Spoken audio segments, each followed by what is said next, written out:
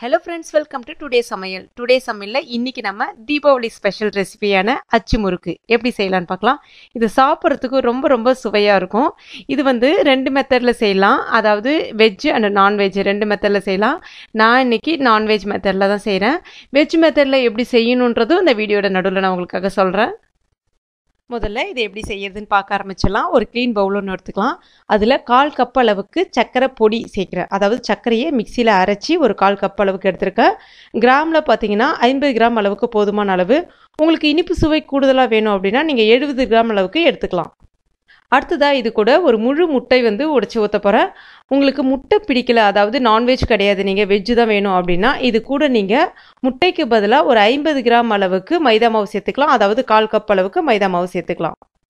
இப்போ இது ரெண்டுத்தையுமே நல்லா பீட் பண்ணிடலாம். அந்த சக்கரை வந்து கொஞ்சம் கூட கெட்டி இல்லாமல் நல்லா பீட் பண்ணிவிடுங்க. அதுக்கு அடுத்ததாக ஒரு 1/4 டீஸ்பூன் அளவுக்கு ஏலக்காய் பொடி சேர்த்துருக்கேன். நான் வீடியோ எடுக்க மறந்துட்டேன். அடுத்ததான் இது கூட 1 கப் அளவுக்கு அரிசி மாவு, பச்சரிசி மாவு சேர்த்துக்கலாம். கிராமில் பார்த்தீங்கன்னா உங்களுக்கு ஒரு 150 கிராம் அளவுக்கு வரும். இப்போ கொஞ்சம் கொஞ்சமாக சேர்த்துட்டு அதையும் கட்டி இல்லாமல் நல்லா கலந்துக்குங்க. கலந்துட்டு அதாவது ஃபுல்லாக உங்களுக்கு இதில் கரையாது. அதுக்கு அடுத்ததாக இது கூட நம்ம தேங்காய் பால் சேர்க்க போகிறோம். தேங்காய் பால் 1/2 கப் அளவுக்கு தேங்காய் பால் சேர்த்துக்குங்க. அதாவது ஒரு அரை தேங்காவை நான் வந்து கீனிட்டு மிக்சியில் அரைச்சி நான் கொஞ்சமாக தண்ணி சேர்த்து அரைச்சி பாலாக எடுத்து வச்சுருக்கேன். கரெக்டாக உங்களுக்கு ஒரு 100லேருந்து ஒரு 125 ml அளவுக்கு தேங்காய் பால் தேவைப்படும் இது கரைக்கிறதுக்கு. இப்போ இது எல்லாத்தையுமே சேர்த்து நல்லா கரைச்சிக்கலாம். உங்களுக்கு மாவு வந்து கரெக்டாக இந்த பதத்துக்கு இருக்கணும்.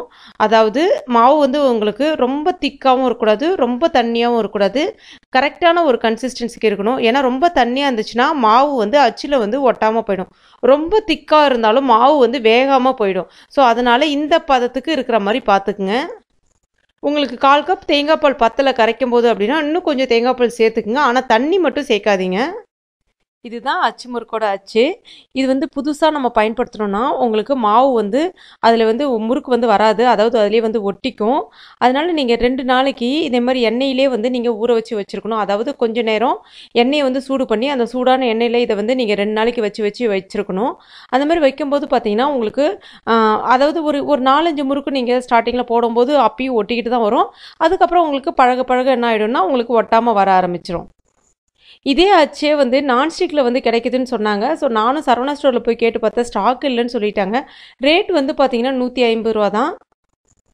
இது வந்து நான் உங்களுக்கு காமிக்கணுன்றதுக்காக புதுசாகவே தான் இன்றைக்கி நான் பயன்படுத்துகிறேன். இப்போ நான் 2 நாளாக வச்சுருந்தேன். இப்போ பார்த்தீங்கன்னா நீங்கள் இதை வந்து போடுறதுக்கு முன்னாடி எண்ணெயில் வந்து இந்த எண்ணெய் வந்து சூடாக இருக்கணும். அந்த அச்சும் அந்த சூட்டோடையே இருக்கணும். அப்போ தான் வந்து உங்களுக்கு மாவு வந்து அதில் வந்து பிடிக்கும். இப்போ நான் முறுக்கு தான் உங்களுக்கு போட்டு காமிக்க போகிறேன். போடும்போது 2 டிப்ஸ் இதில் மெயினாக சொல்கிறேன்.